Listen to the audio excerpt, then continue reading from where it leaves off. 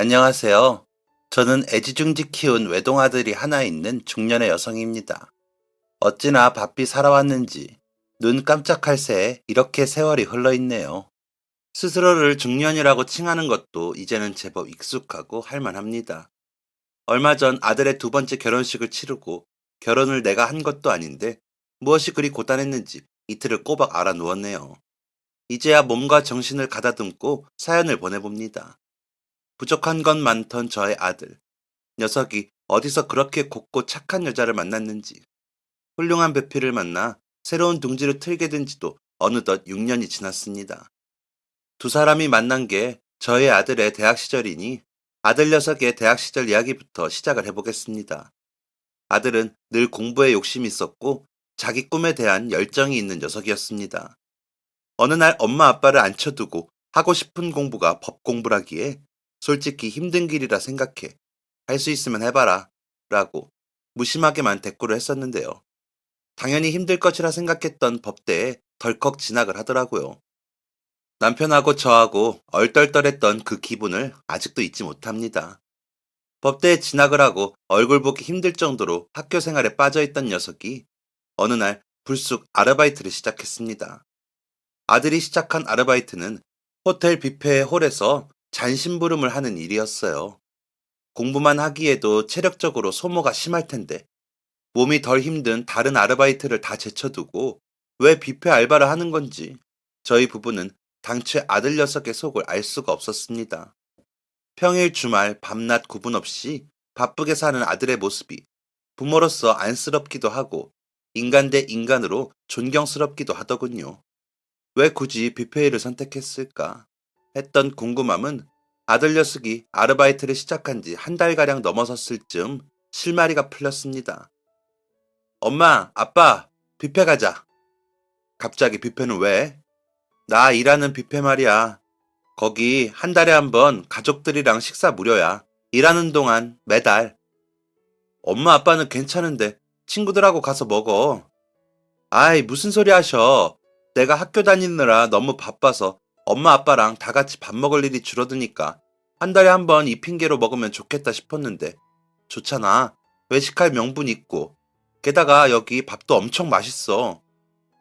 그때까지만 해도 아들이 한 달에 한 번이라도 꼭 가족끼리 식사 자리를 챙기고 싶어서 그랬다는 말이 그저 귀여운 이야기로만 느껴졌었습니다. 훗날 며느리의 입을 통해 아들의 진심 어린 이야기를 듣기 전까지는 말이죠. 그렇게 저희 가족은 매달 한 번씩 아들의 파트타임으로 일하는 뷔페에서 맛있는 음식과 함께 행복한 시간을 가졌습니다. 고등학생 때까지만 해도 늘 공부밖에 모르고 책에만 얼굴을 파묻고 있기에 친구 하나 없는 그 모습이 걱정되기도 했었는데 졸업을 하고 대학을 간 아들이 달라진 것은 활발한 학교 생활뿐만이 아니었습니다. 저 녀석 저래가지고 나중에 장가는 갈 수 있으려나 몰라. 언젠가 TV 연속극에서 또 어느 지인의 입에서 들어본 적 있는 말을 제가 하게 될지는 몰랐거든요. 그것도 제 아들에게요. 남편과 저는 책만 들여다보는 아들이 걱정되어 그런 걱정들을 달고 살았었어요. 아들에게 내색할 수는 없었지만 부모라면 한 번쯤 하게 되는 걱정이라고 생각을 합니다. 그런 걱정들이 무색하게도 아들 녀석은 오렌지빛 잎사귀가 숲을 울창하게 메우던 어느 가을날에 사랑에 빠진 얼굴을 하고 한 여자를 소개하더군요. 가족 외식을 하러 방문했던 뷔페에서 단정하게 머리를 올려 묶고 잔뜩 긴장한 얼굴로 저희를 맞이하던 뷔페 직원이었습니다. 엄마, 아빠, 제 여자친구예요. 안녕하세요. 김혜원입니다. 그 말을 듣는 순간 어찌나 반갑고 감사하던지요. 내 아들이 그래도 또래 친구들처럼 평범하게 살고 있긴 하구나.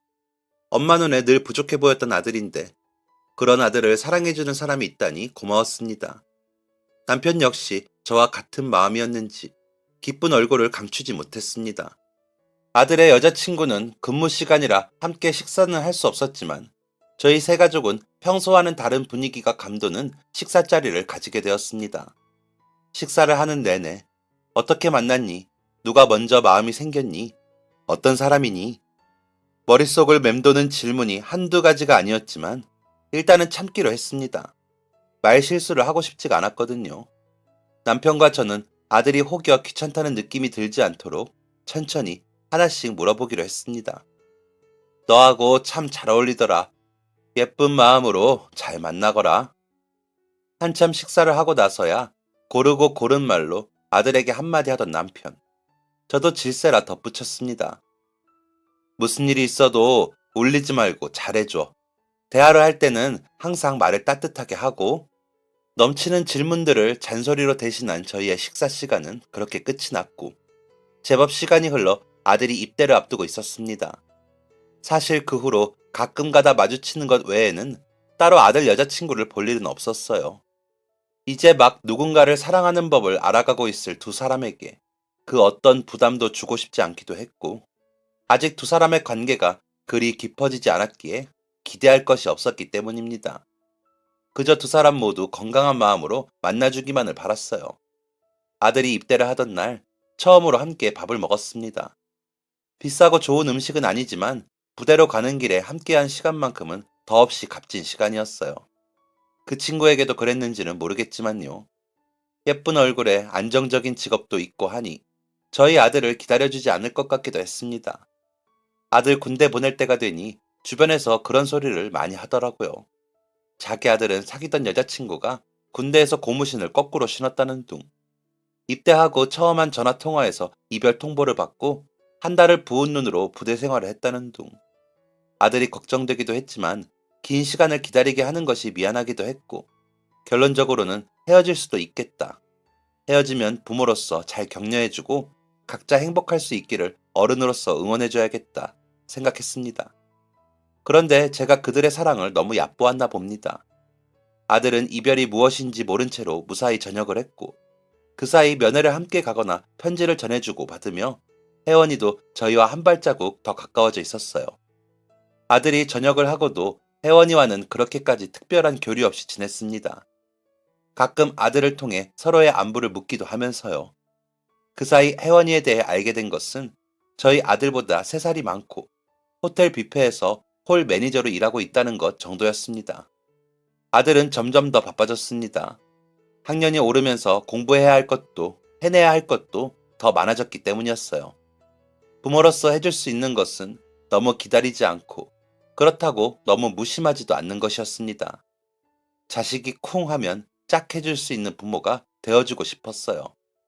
그리고 몇 년이 흘러 아들이 졸업을 하고 고시 준비를 하기 시작하면서 제가 쿵 하면 짝을 해주는 사람이 아들 곁에서 나타났습니다. 바로 혜원이었습니다. 아들은 고시 준비를 시작하면서 더 공부에 집중할 수 있는 고시원으로 들어갔어요. 학교를 다니는 중에도 시간이 없어 집에서 얼굴 보는 일이 드물긴 했었지만 아예 나가서 산다고 생각을 하니 허전한 마음이 더 커지는 것은 어쩔 수 없더군요. 아들이 공부를 하겠다고 나간 지 한 달 정도 되었을 때였나 집으로 불쑥 혜원이가 찾아왔습니다. 양손 가득 무언가를 잔뜩 짊어지고 말이지요. 어머님, 아버님, 저 맛있는 것 가지고 왔어요. 처음 만났을 때보다 친해지긴 했지만 아직 영 어색하고 쑥스러운지 자신있게 말하면서도 붉어지는 두 뺨은 숨기지 못한 혜원이가 가져온 보따리를 풀어 이것저것 꺼냈습니다. 투명한 유리병 가득 들어있는 것은 다름 아닌 게장이었습니다. 게장이 어디서 났어? 제가 만들었어요. 대성이가 어머님 아버님 게장 좋아하신다고 말한 적이 있었는데 제가 마침 게장이 먹고 싶어서 만드는 김에 댁에서 드시라고 가져왔어요. 힘들게 뭐하러 그래. 이 작은 손으로 뭘 한다고. 일한다고 매일 고생하는데 다음부터는 이런 거 안 챙겨와도 된다. 안 그래도 매일 힘들게 일하는데 공부한다고 틀어박힌 남자친구네 부모님이 뭐가 예쁘다고 손도 많이 가는 게장을 손수 만들어 가져왔는지 그 마음이 고맙기도 하면서 미안한 마음이 들었습니다. 마음 같아서는 그 예쁜 마음을 어쩔 줄 몰라 하며 그저 품에 끌어안고 등을 토닥여주고 싶었지만 혹시 제가 선을 넘는 것은 아닌가 망설여져 그만두었어요.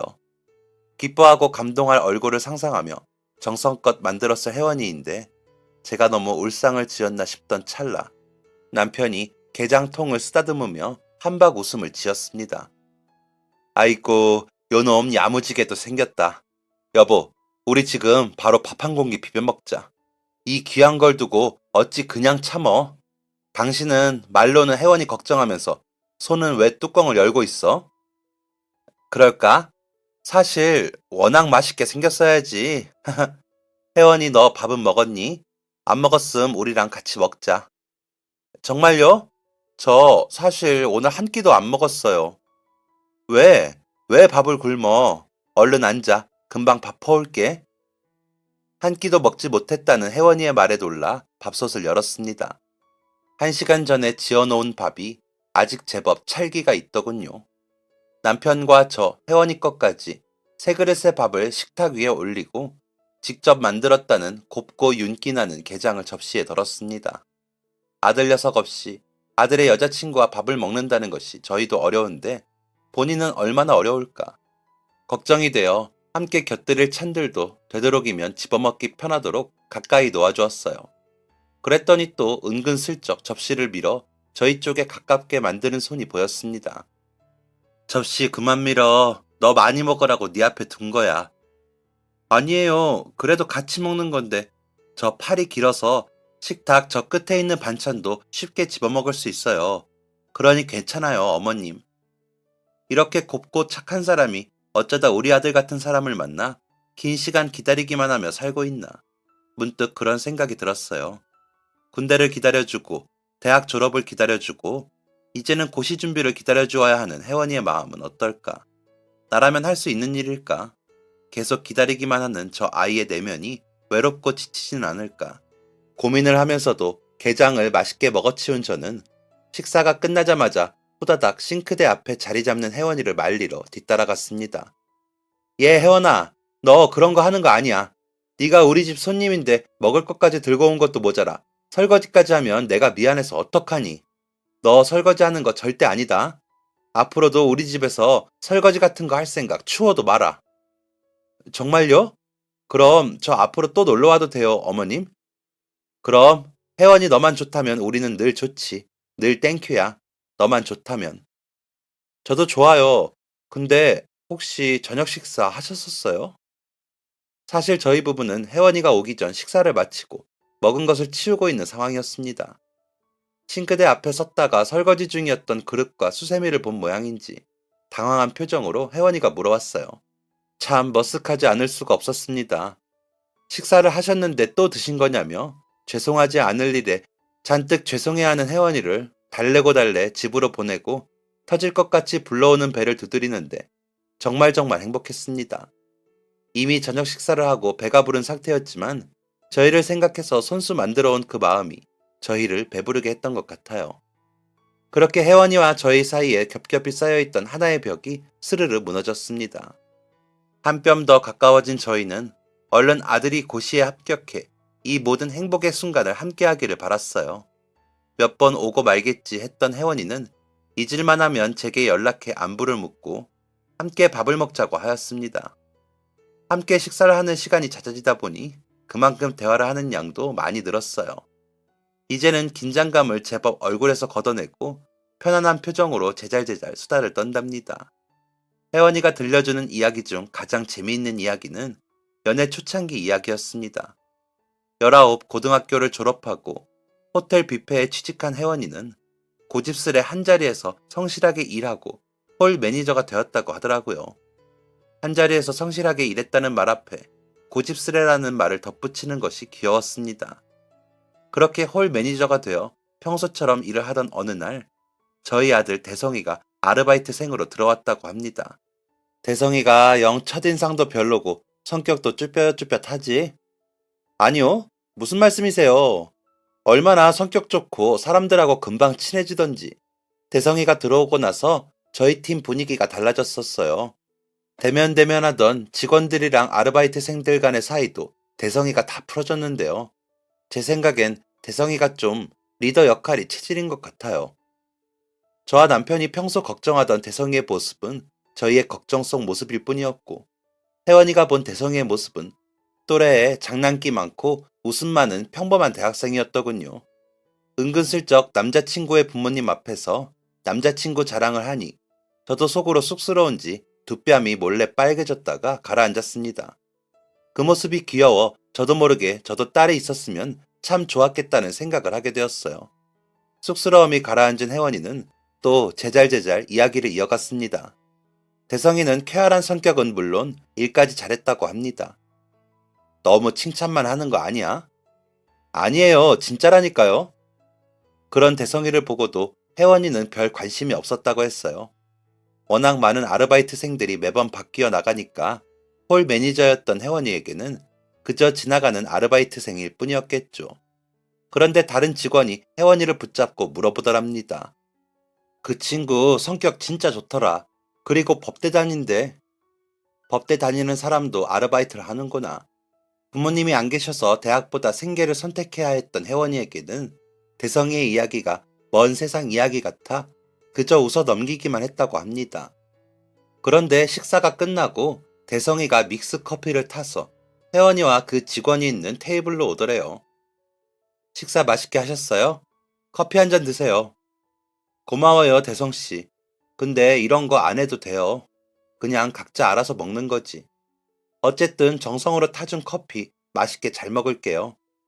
함께 있던 직원은 커피를 들고 일어나고 따라 일어나려는 혜원이의 뒤를 대성이 졸졸 따라왔다고 합니다. 매니저님, 쉬는 시간에 뭐 하세요? 저 그냥 의자에 앉아서 쉬어요. 아, 그러시구나. 대답을 했는데도 계속 졸졸 따라오는 대성이가 거슬려 혜원이가 돌아보며 물었답니다. 왜 따라와요? 아, 저도 그냥 쉬려고 가는 중인데. 그 길로 휴게실로 들어와 빈 의자에 앉아 있는데 대성이가 의자를 한 칸 띄우고 옆에 나란히 앉더래요. 매니저님, 저 궁금한 게 있는데 여기 진짜 한 달에 한 번 가족들이랑 식사 무료예요? 거기까지 듣고 왠지 웃음이 났습니다. 아르바이트 출근 첫날 근무하는 팀의 리더격을 붙잡고 용기 내어 한 질문이 그거였다니. 어머님, 근데 그때 제가 대성이한테 반했어요. 어? 그다지 멋도 없고 멋도 없는데? 제가 그렇다고 대답해주고 궁금해서 대성이한테 물어봤어요. 그냥 법대 다니면 공부할 것도 많고 할 텐데 왜 굳이 몸이 힘든 뷔페에 아르바이트를 하는 거냐고. 사실 비슷한 시급에 더 편하고 공부할 시간 많은 아르바이트도 많았거든요. 그래서 그냥 궁금했었어요. 저라면 편하게 앉아서 할 수 있는 다른 아르바이트를 했을 것 같아서. 근데 그랬더니 대성이가 뭐라고 한 줄 아세요? 강의 끝나고 대충 편의점에서 저녁 때우고 나니 과제 때문에 다시 학교 도서관에 있게 됐다. 과제 다 하고 집에 돌아가려니 막차도 빠듯한 시간. 겨우 버스에 타서 핸드폰으로 아르바이트 정보를 찾아보는데 딱 저희 뷔페가 보이더래요. 한 달에 한 번 가족들과 함께 무료로 식사할 수 있는 복지가 있다. 이 문구를 보고 고민 없이 지원했었다는 거예요. 자기가 대학 오고 바빠지면서 부모님이랑 함께 할 시간이 너무 줄었다고. 누가 대성이가 그랬다고? 네. 그래서 좀 충격을 받았던 것 같아요. 그런 이유로 여기를 선택한 사람도 있구나. 쾌활하고 가벼운 사람인 줄 알았는데 그 이야기를 듣고 나니 사람이 달라 보였어요. 저는 늘 가족이 1순위가 되어야 한다고 생각하는 사람이거든요. 물론 지금은 부모님 두 분 다 제 곁에 안 계시지만 그래서 가족을 생각하는 그 마음이 좋았고 멋있어 보였어요. 그 대화를 나누고 나서부터 대성이에게 자연스레 눈이 가더라고요. 물론 대성이는 꽤 오랫동안 눈치채지 못했지만요. 혜원이의 이야기는 시간 가는 줄 모르고 늘 재밌었어요. 그렇게 떨어져 지내는 친아들보다 더 진짜 가족처럼 혜원이와 저희 부부는 흘러가는 시간 속에 예쁜 추억을 쌓아갔습니다. 혜원이와 그렇게 가까워지고 나니 이제는 다른 걱정이 되기 시작했어요. 이 예쁜 아이가 이렇게까지 사랑으로 기다리고 보살펴주는데 우리 아들이 고시에 합격하지 못하면 어쩌나? 행여 못된 마음이 들어 혜원이에게 상처를 주면 어쩌나? 나는 이렇게 마음을 열고 진심으로 이 아이를 좋아하게 됐는데 두 사람의 인연이 끝이 나버리면 어쩌나? 긴 공부의 끝이 보이지 않는 아들을 보며 초조하고 답답하기도 했어요. 성공할 때까지 묵묵히 옆에서 기다려주고 응원하는 것 또한 자신이 할 수 있는 사랑이라고 말하는 예쁜 혜원이의 마음이 꼭 아들의 마음에도 닿았기를 매일 바라고 또 바랐습니다. 남자친구의 기한 없는 고시생 기간을 기다려주는 것만으로도 벅차고 힘들 텐데 없는 시간 쪼개어 남자친구의 부모님까지 챙기려는 그 모습이 그저 미안하고 고맙고 안쓰러웠습니다. 대성이가 자기 공부하는 동안 부모님 못 뵙고 못 챙겨드리는 거에 너무 힘들어해요. 제가 그 모습 보고 싶지도 않고 또 저도 두 분과 함께 있으면 저희 부모님 생각도 나고 해서 좋아서 찾아뵈는 거니 너무 마음 쓰지 마셔요. 어머님도 그냥 편안하게 생각해 주셔요. 고맙다, 혜원아. 정말 고마워. 그러던 어느 날은 혜원이가 전화로 대뜸 사진 찍으러 갈 건데 언제 시간이 괜찮으시냐고 물어왔습니다. 무슨 사진이냐고 물으니 끝까지 얼버무리던 혜원이는 저희 시간에 맞추어 직접 집 앞까지 데리러 와 저희를 태우고 한 사진관으로 향했어요. 새하얀 스튜디오에 들어서니 기다리고 있던 직원들이 차례로 안내를 해주었습니다. 근데 무슨 사진 찍는 건가요? 어, 고객님 모르고 오셨어요? 아, 따님이 비밀로 하셨나 보다. 오늘 두 분 웨딩 사진 찍으시는 거예요. 저는 깜짝 놀랐습니다. 옆자리에 앉아서 함께 메이크업을 받던 남편도 당황한 듯 저를 바라보았어요. 이 나이에 웨딩 사진이라니. 멋쩍은 기분이 들어 하하하 소리내어 웃어버리니 메이크업을 해주시던 선생님이 손사래를 치며 설명해 주시더라고요. 아뇨, 아뇨. 요즘 리마인드 웨딩이라고 따님, 아드님들이 부모님 모시고 많이 오세요. 이미 결혼을 한 부부들이 결혼을 했던 그때 설레고 행복했던 시간을 다시 한번 기억하려는 목적으로 많이 오셔요. 누군가는 제 얼굴에 화장을 해주고 머리를 해주고 드레스를 입혀주니 낯설면서도 설레는 기분이 들었습니다. 괜히 얼굴이 붉어지는 기분도 들었어요. 그리고 그런 제 모습을 본 남편의 눈가에 눈물이 고이기 시작했습니다. 왜 울어? 울긴 누가 울어? 당신, 지금 눈에 눈물이 아주 촉촉해. 아휴, 내가 미안해서 그러지. 그때 결혼식도 제대로 못 올려서 사진 한 장 없는데. 좀 더 나아지면 하자. 나아지면 하자 하던 게 지금까지 왔으니. 그땐 그랬지 뭐. 그래도 우리 예쁜 혜원이 덕분에 이렇게 사진이라도 찍게 됐으니 이제라도 좋지. 웃어요, 김치. 가난하고 바쁘다는 이유로 일단 살림 먼저 합치고 둘이서 착실하게 모아가자는 마음으로 대충 구색만 맞추고 사진 한 장 남기지 못했던 결혼식이었습니다.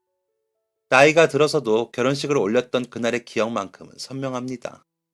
지금 생각해보면 엉망진창, 얼렁뚱땅 그 자체였던 허접한 결혼식이지만 저희 두 사람한테 그날은 참 의미가 깊은 날이었으니까요. 다음에 제대로 멋지게 찍자고 미루고 미루던 결혼사진도 세월이 흐르면서 왠지 해낼 수 없는 일이 된 것 같은 기분이 들었거든요. 열심히 살아온 덕에 이제 주머니에 사진 한 장 찍을 돈 정도는 있다고 한들 이제 와서 갑자기 결혼사진을 찍는 건 어려운 일이라고 생각했지요. 아마 그 마음은 남편도 마찬가지였을 겁니다. 그런데 지나가는 말로 했던 과거 이야기를 어떻게 마음속에 품고 있었던 건지 혜원이가 이렇게 말도 안 되는 멋진 선물을 준비해 준 것입니다. 웃는 건지 우는 건지 모를 상기된 표정으로 저희 부부는 가슴 벅찬 사진 촬영을 마쳤고 거기서 끝나지 않고 혜원이는 몰래 준비했던 꽃다발을 내밀며 결국 저를 울리고야 말았어요. 어머님, 아버님, 오늘 너무 멋지고 아름다우세요. 두 분 결혼사진 꼭 찍게 해드리고 싶었어요. 행복했던 기억을 기록하면 그게 추억이 되는 거래요. 앞으로도 두 분의 멋지고 아름다운 기억들을 꼭 함께 기록하고 추억하시길 바라는 마음이에요. 너무 고맙고 행복함과 동시에 덜컥 겁이 났습니다. 욕심도 났고요. 혜원이가 우리 가족이 되었으면 좋겠는데 정말 혜원이가 아닌 다른 사람이 가족이 되는 건 상상도 되지 않는데 혹시나 이 모든 게 없던 일이 될까봐 두렵더라고요. 혜원이와 저희 남편은 그런 제 마음을 아는지 모르는지 눈물을 흘리는 저를 보며 놀리듯 웃어대기에 바빴습니다. 그렇게 촬영이 끝나고 다시 입고 왔던 옷으로 갈아입으려는데 스튜디오 문이 열리고 누군가가 허겁지겁 들어왔어요. 대성아. 아들만 빼놓고 뭐 하는 거야, 다들? 아들의 등장에 스튜디오 분위기는 또 한 번 달라졌습니다. 평소 옷차림과는 달리 정장 차림을 하고 나타난 아들과 알고 있었다는 듯 미소 지어 보이는 혜원이와 반가움을 주체하지 못하는 남편. 그랬습니다. 그날 촬영은 웨딩 사진뿐만 아니라 저희 가족 사진까지 준비되어 있었던 거예요. 대성이의 온 매무새를 다듬어주고 할 일을 마쳤다는 듯 촬영 기사님 뒤로 몸을 빼는 혜원이를 보니 왠지 마음이 아팠어요. 그래서 불쑥 입에서 말이 튀어나갔습니다. 혜원아, 그러지 말고 너도 찍자. 그래, 그래, 같이 찍자, 혜원아. 혜원이는 놀람과 동시에 난감한 표정을 지어 보였고 남편의 재촉에 쭈뼛쭈뼛 예전의 그 쑥스러운 표정을 지으며 저희 쪽으로 다가왔습니다. 자, 너무 좋습니다. 어머님하고 며느님하고 살짝 마주보면서 웃어보실까요? 촬영 기사님의 말에 혜원이를 바라보자 잔뜩 울상이 되어 괜찮은 척 웃어 보이는 혜원이의 얼굴이 보였어요. 무슨 생각을 하다 눈물이 났을까?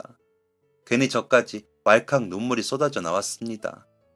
저는 남편에게는 조금 미안하지만 그날 아이들과 함께 했던 사진 촬영이 우리의 결혼식보다 더 행복하고 설레는 시간이었던 것 같아요.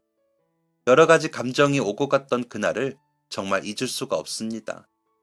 이 글을 쓰는 지금 이 순간도 그때를 생각하면 가슴이 벅차오르네요. 그런 소중한 시간을 선물해준 혜원이에게 항상 고마운 마음뿐입니다. 혜원이를 제 마음속의 가족으로 받아들이고 시간은 또 금방 흘렀습니다. 긴 시간 자신과의 싸움 끝에 사법고시에 합격한 대성이는 꿈에 그리던 검사가 되었습니다. 그날도 참 많이 울었어요. 그리고 두 사람은 마침내 결혼이라는 마침표이자 또 다른 출발선 앞에 서게 되었습니다. 분가도 하고 싶지 않고 그냥 저희와 함께 내 가족이서 살고 싶다고 눈물을 머금고 말하던 혜원이. 어머님, 저 정말 너무 행복해요. 결혼식 전날 함께 밤을 지새울 부모님이 안 계시니 어머님께서 함께 있어주실 수 있냐는 귀엽고도 사랑스러운 혜원이의 말을 승낙하고 함께 저녁을 먹고 있었어요. 가만히 밥알을 씹던 혜원이가 울먹거리며 꺼낸 첫마디가 어찌나 웃음이 나오던지 행복하다고 말하는 선물 같은 이 아이의 행복을 영원히 지켜주고 싶었습니다. 그렇게 저희는 가족이 되었다가 다시 한 번 더 가족이 되었습니다. 이젠 누가 뭐래도 제가 지켜주겠다고 그렇게 다짐하고 약속했어요. 그렇게 행복은 저희 가족에게 마치 당연한 존재처럼 늘 함께했습니다. 원하고 바라던 대로 모든 것이 다 이루어졌으니 행복하지 않은 날이 있을 리가 없다고만 생각했어요. 이걸 방심이라고 표현하는 게 맞는 건지 모르겠지만 그렇게 방심 아닌 방심을 하던 사이 제 인생에서 가장 슬프고 힘들었던 사건이 발생하고야 말았습니다. 잠깐 살 게 있다고 밖에 나갔던 며느리가 돌아오지 않고 낯선 번호로 걸려온 전화에 저희 집이 발칵 뒤집히고 말았어요. 교통사고였습니다. 여보세요? 네, 맞는데요. 어디라고요? 왜, 무슨 일이야? 엄마! 혜원이가... 아들은 말을 끝맺지도 못하고 현관으로 달려나갔습니다. 좋지 않은 예감. 함께 달려 도착한 병원은 생각보다 더 크고 소란스러웠습니다. 정신없이 오가는 사람들 속에서 혜원이를 찾아야 했습니다. 여보! 그런데 혜원이는 보이지 않고 지나가는 아무나를 붙잡고 울며불며 물으니 머리를 다쳐서 수술을 해야 한다는 의사의 말. 제발 무사하게 해달라고 하늘에 빌고 땅에 빌고 또 빌었습니다. 태어나서 그만큼 많이 울어본 날은 그날이 처음일 거예요. 무슨 감정이었는지, 어떤 마음이었는지 아무것도 생각나지 않습니다. 그저 머릿속에 떠오른 혜원이는 절대 안 된다 하는 생각만 기억에 남아있어요. 모두의 걱정과 눈물 속에 혜원이의 수술이 끝났고 다행히 수술은 잘 되었다는 의사 선생님의 말에도 저희 가족은 그 누구도 안심하지 못하고 혜원이가 깨어나기만을 간절히 기다렸습니다. 며칠이 지나고 의식을 되찾은 혜원이의 곁에서 그러면 안 되는 줄 알면서 얼마나 많은 질문을 했는지 모르겠습니다. 우리 알아보겠니? 너 몇 살인 줄 아니? 네가 제일 좋아하는 음식은? 걱정하는 저희를 달래며 모든 질문에 차분하게 대답을 이어가던 혜원이는 대성이의 얼굴을 보고 감정을 주체하지 못하기 시작했습니다. 울지마, 울지마. 여보, 울지마. 숨 쉬어, 응? 후, 심호흡해. 여보, 응, 여보, 나 여기 있어. 괜찮아, 괜찮아. 나 어떡해? 괜찮아, 괜찮아, 여보. 아니야, 여보, 나 괜찮지 않아. 나 그날이 기억이 안 나. 그날이 기억이 나질 않아. 혜원이 알 수 없는 말에 저희 가족은 흘리던 눈물을 닦아내고 근처로 모여들었습니다. 엉엉. 병실에는 혜원이의 울음소리만으로 가득 찼어요. 우리, 우리 결혼하던 날, 그날이 기억이 하나도 안 나. 아무리 떠올려 보려고 해도 아무것도 기억나지 않아. 나 어떡해? 괜찮아, 괜찮아, 여보. 다 괜찮아질 거야. 너무 걱정하지 마. 다른 건 다 기억나는데 결혼식만 기억이 나지 않는다며 괴로워하는 혜원이의 모습이 지금도 제 기억 속에 선명합니다. 혜원이 앞에서 내색하진 않았지만 저희 세 사람도 혜원이의 말에 당황한 건 마찬가지였습니다. 물론 본인의 마음에는 미치지 못하겠지만 말이죠. 아들이 며느리와 함께 의사 선생님을 만나고 기다리는 동안 온갖 생각들이 머릿속을 헤집고 다녔어요. 늘 차분하고 긍정적이던 남편마저 그 순간에는 자신이 없는 듯 괴로운 표정을 하고 기도했습니다. 의사 선생님을 만나고 돌아온 두 사람의 얼굴에는 햇빛 한 번 든 적 없는 그늘지고 축축한 땅처럼 어두워져 있었습니다. 그 모습을 보니 심장이 떨어져 바닥을 굴러다니는 듯한 기분이 들더군요. 좌절과 절망은 행복을 불행으로 만들어 놓았습니다. 믿을 수 없는 소식이었습니다. 외상 후 스트레스로 인한 단기 기억 상실증이라고 했어요. 혜원이는 퇴원을 하고 난 후에도 무언가를 자주 깜빡하곤 했습니다. 너무 많은 걱정이 되었지만 겉으로 내색할 수 없었습니다. 혜원이를 위해서요. 지나간 다른 건 다 잊어도 괜찮다. 하지만 여보 당신과 가족들에 대한 기억만큼은 잃어버리고 싶지 않다며 몇 날 며칠을 눈물로 지새우던 혜원이는 어느 날부터 돌연 포기하기로 한 건지 괜찮은 척을 하기 시작하더군요. 제 눈에만 보였던 걸까요? 누가 보아도 그 표정에서 드리워지는 아픔은 숨겨지지 않았을 거예요. 마음이 너무 아팠습니다. 자신의 인생 중 가장 행복한 순간이라고 수도 없이 이야기했던 혜원이었는데 오랜 시간 사랑해온 사람과 비로소 부부가 되고 평생을 약속하는 날이기에 더없이 소중하고 또 바라고 그려왔던 가족을 이루게 되는 날이기에 특별하고 간절하다고 이야기하던 혜원이의 기억 속에서 그날을 지운다는 것은 너무나도 잔인한 일이었습니다. 이제는 너무 사랑하는 그 아이의 슬픔은 제게 곧 고통이었어요. 어떻게 해서든 이 불행을 삭제하고 싶었습니다. 남편과 저, 그리고 대성이는 슬픔 속에서 머리를 맞대고 고민에 빠졌습니다. 처음에는 기억을 찾아주기 위해 할 수 있는 방법을 찾느라 노력했어요. 하지만 쉽지 않았습니다. 그렇게 얼마나 시간이 흘렀을까요? 문득 이런 생각이 들더라고요. 대성아, 너 결혼식 다시 올리면 어떻겠니? 결혼식을 다시요? 그래, 못할 것 없다. 같은 날 같은 장소에서 똑같은 기억을 다시 만들어주자. 그렇게 저희는 곧 있을 두 사람의 결혼 1주년에 맞추어 두 번째 결혼식을 준비하기 시작했습니다. 몰래 하객들을 다시 초대하기 시작했습니다. 쉬운 일이지만은 않았습니다. 하지만 대부분의 하객들이 정말 분신처럼 사랑했던 두 사람임을 알기에 곧 눈시울을 붉히며 초대에 응해주었습니다. 여러 가지 이유로 다시 참석하지 못하는 사람들도 꽤 있었지만 가까이 지냈던 사람들은 한 사람도 빠짐없이 재참석을 약속해 주었습니다. 모든 것이 완벽하게 준비되었어요. 같은 날 같은 장소에서 똑같이 그날을 재현한다면 어쩌면 기억을 다시 찾을 수 있을지도 모른다는 희망 역시 품지 않았던 것은 아니었습니다. 혜원이한테는 언제 이야기하는 게 좋겠어? 일찍 말하면 부담스러워서 안 하려고 할지도 모르겠어요. 언제 말해야 사양 못할까? 결혼식 전날은 어때? 그래, 괜찮다. 대성이 네 생각은 어떠냐? 좋은 것 같아요. 제가 전날 혜원이한테 잘 이야기해 볼게요. 같은 날짜에 같은 장소를 섭외하고 그날을 기다리는 것은 정말 하루가 1년 같았습니다. 저보다 대성이 녀석이 더 간절한 기다림을 했겠지요. 대망의 결혼식 전날 떨리는 마음으로 신호를 주고받은 대성이가 혜원이를 데리고 방으로 들어갔습니다. 얼마 지나지 않아 흐느끼는 소리와 함께 방문이 열렸고 어머님! 눈물 범벅이 된 얼굴로 혜원이가 저를 끌어안았습니다. 말소리에 맞추어 들썩이는 야윈 어깨가 바늘처럼 가슴을 찔렀습니다. 혜원아, 네가 살면서 가장 행복했다던 그날을 우리 내일 다시 만나는 거야. 우리가 만들어줄게. 누구보다 너에게 가장 소중하고 간절했던 그날을 다시 네 앞에 선물해 줄게. 다시 하면 된다, 혜원아. 그러니까 이제 울지도 좌절하지도 말고 행복을 써 내려가자. 응? 아가. 어머님, 그래도 어떻게 그래요. 그 많은 하객들을 어떻게 다시 모시고 저 하나 때문에 우리도 걱정 많이 했단다. 근데 혜원이 네 소식에 모두가 한마음으로 흔쾌히 와주겠다고 하셨어. 그동안 네가 잘 살아와서 혜원이 네가 가꾸고 다듬어온 인생이 훌륭했기에 있을 수 있는 일이었어. 그러니 너는 그 사람들이 주는 선물을 받고 결혼식을 기억하지 못하는 신부가 아닌 결혼식을 선물 받은 사람으로 행복하게 살면 돼. 아가, 울지 마라. 아프지 마. 우리는 네가 울지 않고 아프지 않기만을 늘 바랄 뿐이야. 어머님, 아버님, 여보, 진짜 너무 감사합니다. 정말 감사합니다.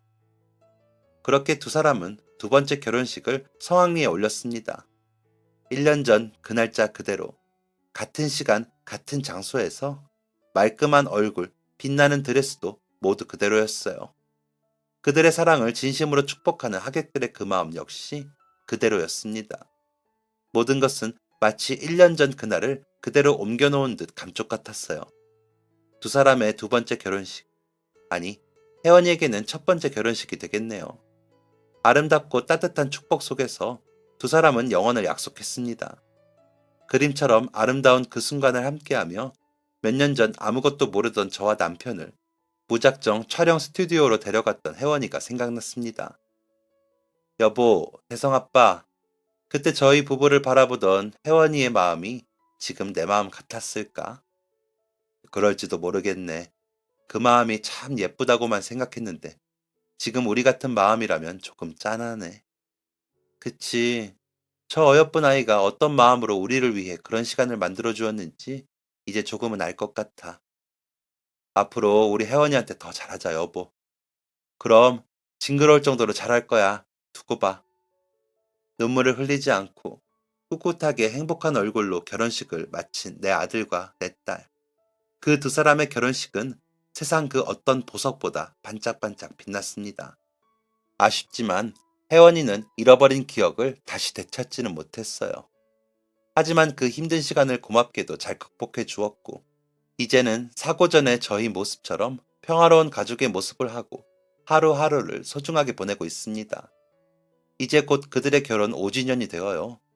아이들이라고 불렀던 두 사람은 이제 더 이상 아이가 아닌 한 아이의 부모가 되어 세상을 살아가고 있습니다. 곁에서 보고 있으면 정말 신기합니다. 아이가 아이를 낳아 키우고 기르고 있는 그 모습이요. 언제 이렇게 커서 애아빠가 됐나? 저 작은 몸으로 어떻게 저렇게 튼튼한 아이를 품었나? 물론 저도 지나온 과정이지만 자식들이 제가 걸어온 길을 똑같이 걷고 있는 모습을 보니 매번 색다른 기분이에요. 어머님, 얼른 오셔요. 엄마 아빠 다 타셨어요? 여보, 아린이 거 다 챙겼지? 응, 응, 얼른 출발하자. 늦겠다. 아린아, 할미, 할아비, 엄마 아빠보다 아린이가 더 먼저 제주도에 가보네. 그러게, 아린이 나중에 커서 누가 물어보면 아기 때 제주도 한 번 안 가봤냐고 코웃음 치는 거 아니야? 하하. 얼마 전 아직 옹알이를 떼지 못한 콩알만한 손녀딸과 저희 가족은 제주도로 여행을 다녀왔습니다. 남편하고 제가 살면서 한 번도 제주도를 가본 적이 없다고 말하자 글쎄 혜원이가 화들짝 놀라면서 자기도 가본 적이 없다고 하더라고요. 아니, 우리는 그렇다 쳐도 너는 왜 못 가봤냐 했더니 여행이라는 걸 가야겠다는 생각을 해본 적이 없다고 합니다. 그날 대성이를 불러다 앉히고 호되게 꾸짖었습니다. 사실 대성이도 제주도 한 번 못 가본 건 마찬가지인데 말이지요. 젊은 녀석이 또래 아이들과는 달리 누려도 되는 것들을 누리지 못하고 사는 것이 안타까워 어울리지 않는 고집을 세우며 제주도에 가자고 닥달을 했습니다. 평소 같지 않은 저의 모습에 가족들은 조금 놀란 듯하다. 이내 다들 처음 가는 제주 여행에 설레는 마음을 감추지 못했어요. 의미 있는 여행에 그렇게 가족이 함께 할 수 있다는 것이 얼마나 행복하고 꿈 같은 시간이었는지 모릅니다. 우리 설탕 같은 손녀딸 눈에도 그림 같은 제주의 풍경이 잘 담겼을까요? 오늘은 화장실에서 세수를 하다 거울 속에 비친 제 얼굴을 자세히 보았습니다. 사실 평소에는 그렇게 자세히 들여다보진 않거든요. 가까이 보아도 딱히 좋을 게 없어서. 그렇게 거울을 가만히 들여다보고 있으니 제법 늙어서 주름이 진 제 얼굴도 딱히 나쁘지 않다는 생각이 들었습니다. 그냥 거울 속 늙어버린 제 모습을 보는 것보다 여기서 더 늙으면 이들과 함께할 시간이 줄어든다는 것이 요즘은 더 슬픕니다. 남아있는 시간 더 많이 함께하고 싶다가도 조금이라도 더 젊었을 때 우리 없이 둘만의 시간, 아니 세 사람의 시간을 가졌으면 하는 마음이 더 커요. 함께하는 것만이 꼭 행복이 아니라 그들의 행복을 빌어주고 그들이 행복해하는 모습만 지켜보아도 행복하니까요. 여러분, 행복은 사람을 통해 전염된다고 합니다. 저희 가족의 행복이 저와 제가 사랑하는 혜원이의 이야기를 들어주신 모든 분들에게 잘 전염되었으면 합니다. 모두 행복하시고 소중한 사람에게 더 예쁜 말, 듣기 좋은 말 많이 해주는 그런 따뜻한 연말 되세요. 다가오는 내년엔 꿈꾸던 행복이, 그려왔던 아름다운 날들이 여러분을 반겨줄 거라고 제가 약속드립니다. 지금까지 사연 들어주셔서 감사합니다. 사연이 재밌으셨다면 구독과 좋아요를 눌러주세요. 감사합니다. 안녕히 계세요.